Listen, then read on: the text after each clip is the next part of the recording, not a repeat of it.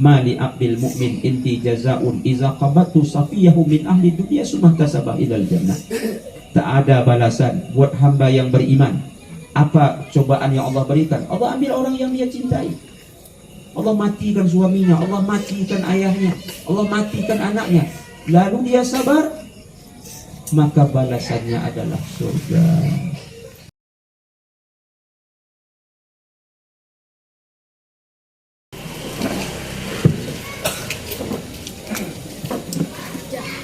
Bismillahirrahmanirrahim. Assalamualaikum warahmatullahi wabarakatuh.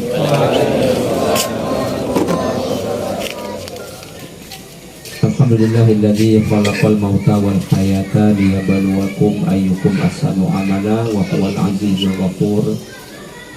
Asyhadu an la ilaha illallah wahdahu la syarikalah wa asyhadu anna Muhammadan abduhu wa rasuluh la nabiyya ba'dah. Qala Allah Ta'ala fil Qur'anil Karim, a'udzu billahi minasy syaithanir rajim. Wa lanabluwannakum bi syai'in minal khawfi wal ju' wa naqsin minal amwali wal anfusi wath thamarat wa basyiris sabirin alladzina idza asabatuhum musibah qalu inna lillahi wa inna ilaihi raji'un. Ulaika 'alaihim shalawatun min rabbihim wa rahmah wa ulaika humul muhtadun. Shadaqallahul 'azim. Ahli bait keluarga yang sama-sama kita muliakan, seterusnya bapak-bapak pengurus Masjid Al-Arafah, orang tua kami, tokoh masyarakat, bersama seluruh jamaah kaum muslimin, kaum muslimat rahimakumullah. Bersyukur kita kepada Allah Ta'ala, kita ucapkan alhamdulillahirabbil alamin. Bersolawat kita kepada Nabi Muhammad sallallahu alaihi wasallam dengan ucapan Allahumma salli ala sayyidina Muhammad wa ala ali sayyidina Muhammad.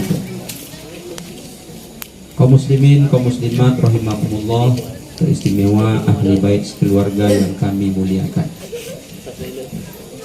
Selama hidup ini sudah sering kita bertukar ganti pakaian. Berbagai macam warna, model pakaian yang kita pakai. Tapi ingat, suatu hari pakaian itu semuanya akan kita tanggalkan dan kita tinggalkan. Kenapa demikian? Kita akan bertukar pakaian. Pakaian yang tak lagi ada warna kecuali putih semua, tak lagi dijahit walau sehelai benang. Itulah dia kain kafan. Hari ini alhamdulillah kita tinggal di rumah yang cukup sederhana. Mungkin ada kita tinggal di rumah indah laksana istana. Lantainya granit, di atasnya kita bentang permadani. Dinding luar dalam kita cat warna-warni. Ada taman di depan, ada kolam di belakang. Tapi ingatlah, suatu hari nanti rumah itu akan kita tinggalkan untuk selama-lamanya.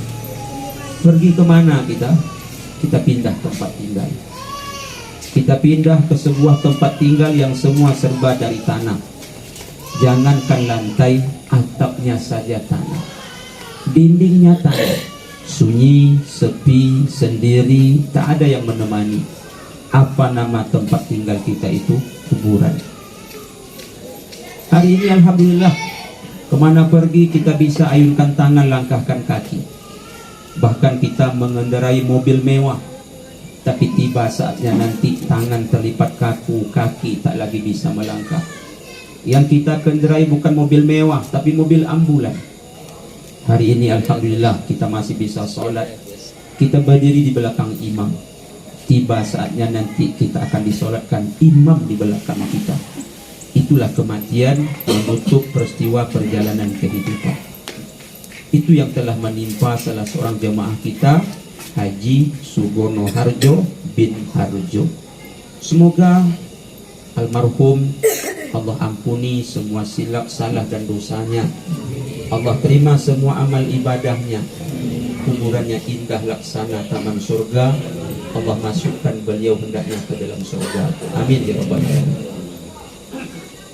Kepada ahli bait, istri dan anak-anak, atas musibah ini apa yang mesti dilakukan? Tak ada lain kecuali kesabaran. Tanpa kecuali semua kita pasti akan diuji. Kadang ujian itu ringan, kadang berat, kadang lama, kadang sebentar. Satu di antara sekian banyak ujian itu adalah berpisahnya kita dengan orang yang kita cintai. Ayah kita meninggal, suami kita meninggal, adik kita meninggal. Itu adalah ujian. Lalu apa kata Allah dalam surah Al-Baqarah 155 yang kita baca pada muqaddimah tadi? Allah berpesan, wa basyiris sabirin, berikan kabar gembira kepada orang yang sabar. Lalu bagaimana supaya kita sabar? Yang pertama, bandingkan musibah yang kita terima dengan musibah yang lebih berat Allah berikan kepada orang lain. Kematian ini musibah biasa-biasa saja. Dia bukan musibah luar biasa. Apa sebab? Tak terhitung lagi musibah seperti ini terjadi sampai detik ini. Coba tengok di kanan, kiri, belakang, dan depan. Siapa di sekeliling kita? Orang-orang yang juga dapat musibah. Kita tak sendirian diuji oleh Allah Ta'ala. Bahkan agar kita bisa sabar, lihat orang yang lebih berat musibahnya dari yang sedang kita rasakan. Ada seorang anak, dia masih dalam rahim ibunya. Ayahnya meninggal. Udah menjadi seorang yatim. Ketika ibunya melahirkan, dia selamat, ibunya meninggal. Lengkaplah status menjadi yatim piatu. Begitu dia besar, dia tak pernah berkenal dengan ayahnya. Setelah besar, dia pun tak kenal siapa ibunya. Alhamdulillah, suami kita meninggal, ayah kita meninggal. Meninggal di hadapan kita, kita bisa menyelenggarakan fardu kifayahnya, tahu kuburannya di mana. Ini musibah yang sangat ringan. Masih banyak yang lebih berat Allah berikan kepada orang lain. Pada suatu ketika suami ngomong kepada istrinya, ayah ngomong kepada anak-anaknya, wahai istriku, hai anakku, ayah dapat tugas keluar kota.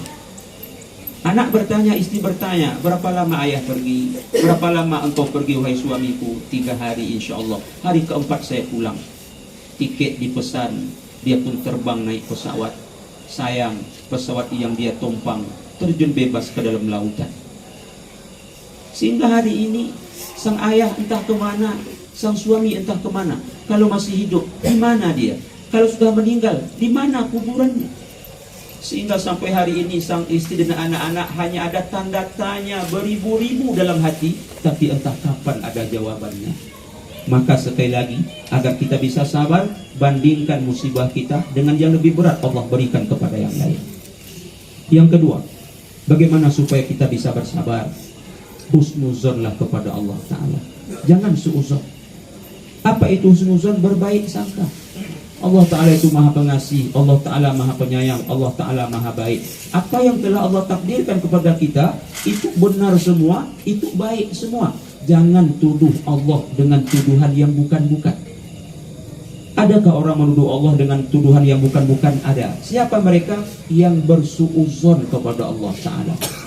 Sehingga apa kadang-kadang kata sebagian orang, coba kalau suamiku masih hidup, coba kalau ayahku masih hidup, coba, kalau, tak boleh seperti itu. Berhusnuzon kepada Allah Subhanahu wa Ta'ala. Ahli bait yang kami muliakan, jemaah yang kami hormati. Lalu yang berikut, bagaimana supaya kita bisa bersabar? Supaya kita bisa bersabar adalah kita mesti banyak-banyak berdoa. Bahkan beristirja juga. Karena kadang-kadang nanti akan teringat kata kepada ayahanda, teringat kepada ayahanda, teringat kepada suami. Nampak fotonya, nampak bajunya. Itu tak jarang kadang-kadang mengundang melelehnya air mata. Siapa yang tak sedih ketika suaminya meninggal? Anak mana tak sedih ketika ayahnya meninggal? Cukuplah air mata yang jatuh ke pipi, tak boleh diiringi dengan ratapan. Tak boleh. Nabi saja ketika meninggal anaknya menangis dia, menangis. Sedih dia, sedih. Yakub ketika kehilangan Yusuf sampai buta matanya menangis. Ini musibah. Hati manusia mana tak sedih?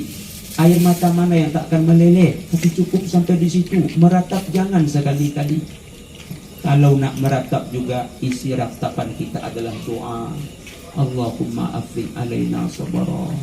Penuhkan hatiku dengan sabar ya Allah. Baca istrinya, inna lillahi wa inna ilaihi raji'un. Suamiku milik engkau ya Allah, maka dia kembali kepadamu. Jangankan nyawa suami kita, jangankan nyawa ayah kita, nyawa kita pun suatu hari ketika Allah mengambilnya, kita tak bisa bertahan. Minta dipercepat pun kita tak bisa, apalagi minta diperlambat. Dia on time. Nyawa kita tak bisa kita menahannya, apalagi itu nyawa suami kita, nyawa ayah kita. Maka tak ada jalan kecuali kita bersabar dengan cara banyak-banyak berdoa agar hati kita penuh hendaknya dengan kesabaran itu. Yang berikut, bagaimana supaya kita bisa bersabar? Ingat hikmah di sebalik musibah ini. Dia musibah tapi ada kegembiraan tadi kata Allah Ta'ala. Wa basyiris sabirin. Kasih gembira kepada orang yang sabar. Ada apa dalam musibah? Ada pahala. Allah Ta'ala berfirman, innama yuwaffas sabiruna ajrahum bighairi hisab. Sesungguhnya Allah berikan pahala yang sempurna kepada orang yang sabar tanpa batas. Baca Quran 1 huruf 10 pahalanya. Ketika kita bersedekah, Allah lipat gandakan sampai 700 kali lipat. Tapi ada pahala yang Allah tak sebutkan besarnya, karena memang tak ada pembandingnya. Pahala apa itu? Pahala sabar. Kapan kita dapat pahala sabar? Kalau dapat ujian. Tak dapat ujian, kita tak sabar, tak dapat pahalanya. Suami kita pasti mati, ayah kita pasti mati, semua kita pasti mati. Tapi di sebalik kematian itu ada pahala yang besar.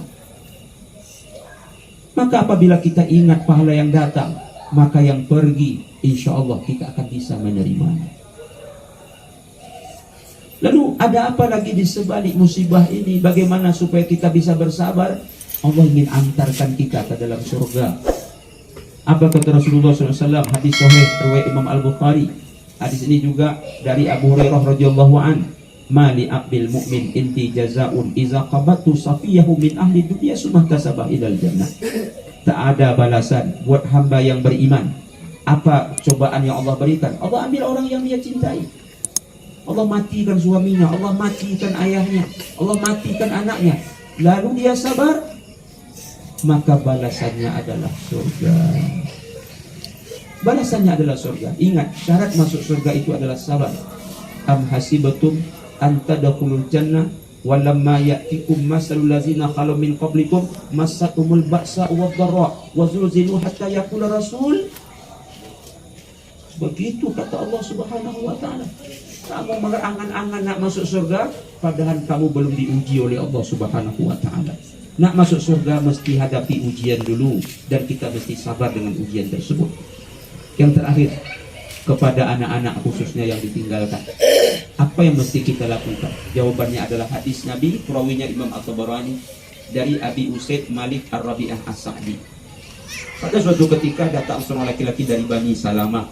Dia bertanya kepada Rasulullah, ya Rasulullah, kedua orang tuaku tak ada lagi. Masihkah aku berbakti kepada keduanya? Nabi menjawab, masih. Perhatikan, jangankan orang tua kita masih hidup, sudah meninggal pun kita selaku anak masih berbakti. Lalu bertanya Abu Sa'd, bertanya laki-laki dari Bani Salamah tadi, ya Rasulullah, bagaimana cara aku berbakti ketika ayah ibuku sudah meninggal dunia? Satu, as-salatu alaihima, doakan keduanya. Jemaah, di antara sekian banyak doa dalam Al-Quran, termasuk doa yang paling pendek adalah doa untuk kedua orang tua. Kenapa Allah bikin doa untuk kedua orang tua pendek? Biar anak mudah menghafalnya. Sudah mudah menghafalnya, biar mudah mengamalkannya. Apa bunyi doanya? Ada dalam surah Al-Isra. Rabbirhamhuma kama rabbayani shaghira. Atau kadang-kadang kita baca dengan redaksi Allahumma gfirli zunubi wali walidayya warhamhuma kama rabbayani shaghira. Ini doa pendek biar anak mudah hafal, mudah mengamalkan.